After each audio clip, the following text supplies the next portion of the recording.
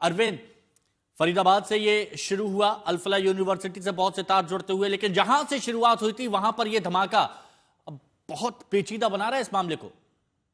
बिल्कुल पेचीदा भी बना रहा है और लापरवाही भी समझ में आ रही है। जैसा डीजीपी ने ये बताया कि ये एक्सीडेंटल ब्लास्ट है, एफएसएल की टीम उसकी सैंपलिंग कर रही थी, तो ये जाहिर सी बात है फिर इसके लिए तो एक बड़ी लापरवाही है। रेजिडेंशियल इलाके में ये एक्सप्लोसिव उसकी सैंपलिंग की जा रही थी। अमूमन एनएसजी की टीम और इस तरह के जो एक्सपर्ट होते हैं वो जरूर मौजूद रहते हैं जब भी सैंपलिंग होती है या फिर कोई जो बम है उसको डिफ्यूज किया जाता है। लापरवाही इस स्तर पर भी हुई है कि जब जम्मू कश्मीर पुलिस और फरीदाबाद पुलिस ने ज्वाइंट ऑपरेशन करके रेड की और कुल 8 आतंकियों को गिरफ्तार कर लिया और पीठ थपथपाई जा रही थी। उनको ये पता था कि एक आतंकी उमर मोहम्मद उर्फ उमर नबी वो फरार चल रहा है, तो वो उस आतंकी को गिरफ्तार करने की बजाय Faridabad police commissioner press conference कर रहे थे, जम्मू कश्मीर पुलिस ट्वीट कर रही थी।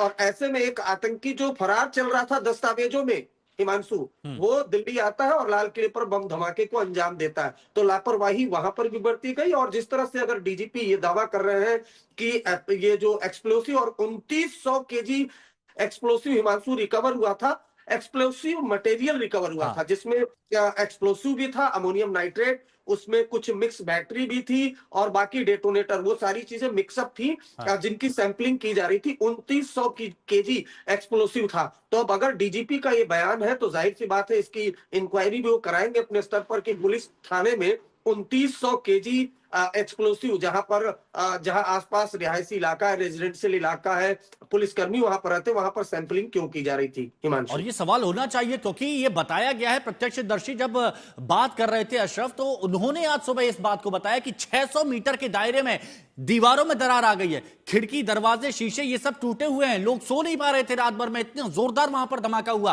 हिमांशु मिश्रा दिल्ली से हमारे साथ में जुड़े हुए हैं। हिमांशु, आपके पास क्या खबर है? क्योंकि अब ये देख रहे हैं कि अल-फलाह यूनिवर्सिटी से जो जांच शुरू हुई थी वो पठानकोट तक पहुंची और भी अलग अलग इलाकों तक पहुंच गई है।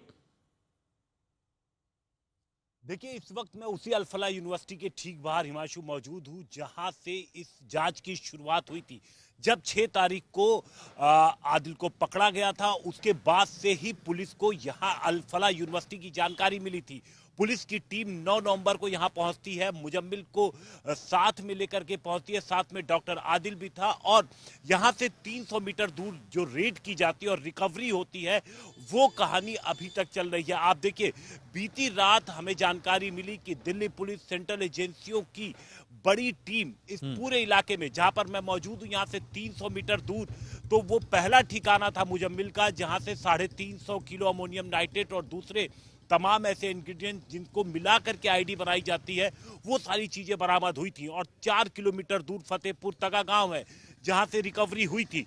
और इस पूरे इलाके में मुजम्मिल जिन लोगों से भी बात करता था उन सबको अब पुलिस ने आइडेंटिफाई करना शुरू कर दिया है, उन सबसे पूछताछ हो रही है। जानकारी यह है कि बीती रात जब पुलिस की टीम, एक बड़ी टीम यहां पर पहुंची थी, तो उसने नूर से लेकर मेवात, सिर्फ अल-फलाह यूनिवर्सिटी ही नहीं बल्कि नूर से लेकर मेवात पूरी रात जगह जगह पर रेड किए गए और इस दौरान डिटेंशन भी हुई है जिनसे लगातार पूछताछ की जा रही है।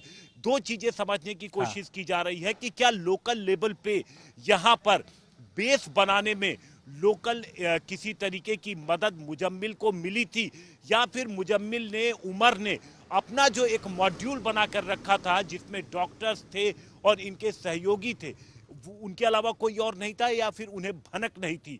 लेकिन पुलिस को कहीं ना कहीं संदेह है कि जितने बड़े पैमाने पर यहां पर बेस बनाने के बाद विस्फोटक जमा किए गए थे, लोकल सपोर्ट होगा।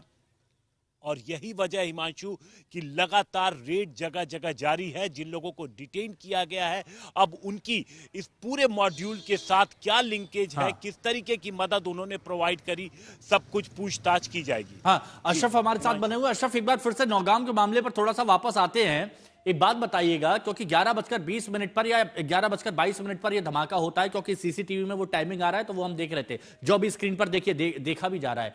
तो क्या 24/7 ये सैंपलिंग का काम किया जा रहा था? जो वहां पर जांच टीम थी वो दिन रात वहां पर जुटी हुई थी काम करने में?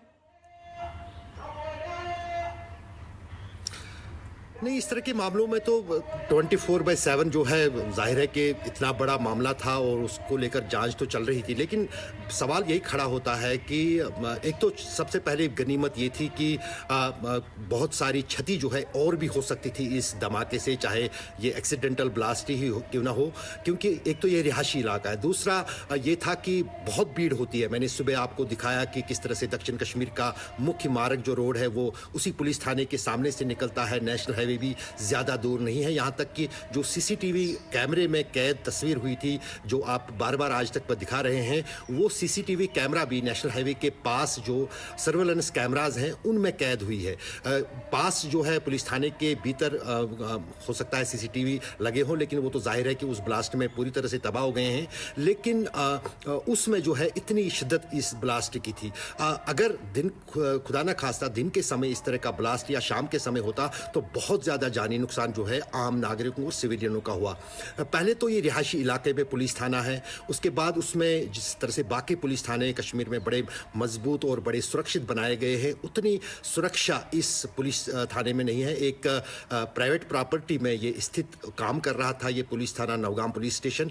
और दूसरी महत्वपूर्ण जो बात है कि पूरा जो तार, चाहे रेड फोर्ट ब्लास्ट का हो, अल-फलाह यूनिवर्सिटी में बरामदगी का हो, शुरुआत यहां से ही हुई थी। पोस्टर अच्छा, यहां एक पर बात लगा और, क्योंकि था बहुत से लोग ये जानना चाहते हैं और इस बात को लेकर कंफ्यूजन भी, अशरफ अगर इस पर आप थोड़ी सी रोशनी डाल सकें, क्योंकि वो 2900 किलो 3000 किलो अमोनियम नाइट्रेट और यहां पर कितना जो खुले में बताया गया कि रखा गया था प्रेमिसेस में, यहां पर कितना ब्लास्ट हुआ, इसको लेकर कुछ जानकारी अभी तक मिल पाई है क्या?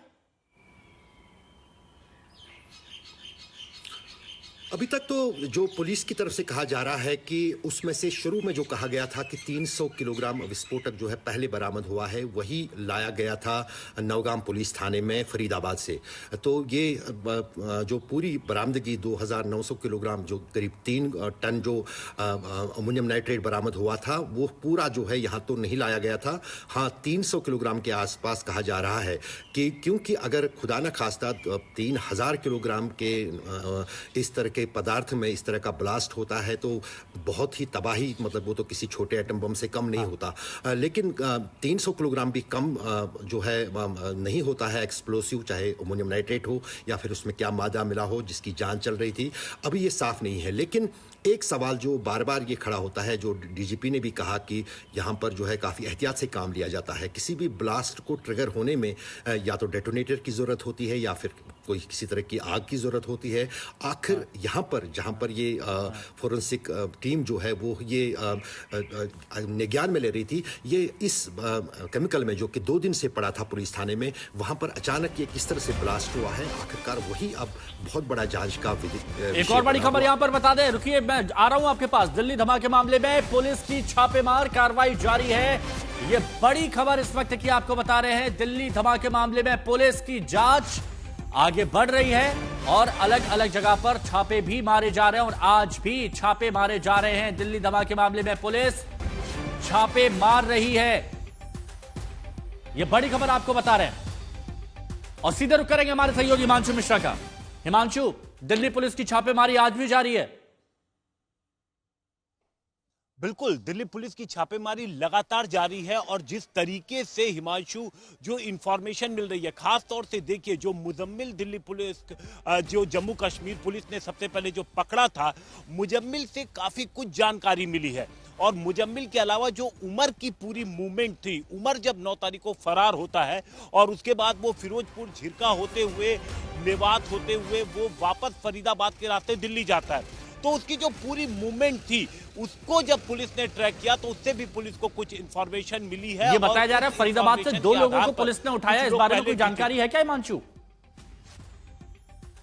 जी बिल्कुल, देखिए बीती रात जब पुलिस की टीम पहुंची थी और पुलिस की टीम ने लगातार इस पूरे इलाके में रेड की थी, तो फरीदाबाद से थोड़ा सा आगे जब आप नूह की तरफ बढ़ते हैं, क्योंकि मैं जहां पर खड़ा हूं ये फरीदाबाद से आगे धौज है, जहां पर अल-फलाह ये यूनिवर्सिटी आपको नजर आ रही है, ये धौज का इलाका है। आप कह सकते हैं कि फरीदाबाद शहर क्रॉस करके ये धौज का इलाका आता है जहां पर अल-फलाह यूनिवर्सिटी है।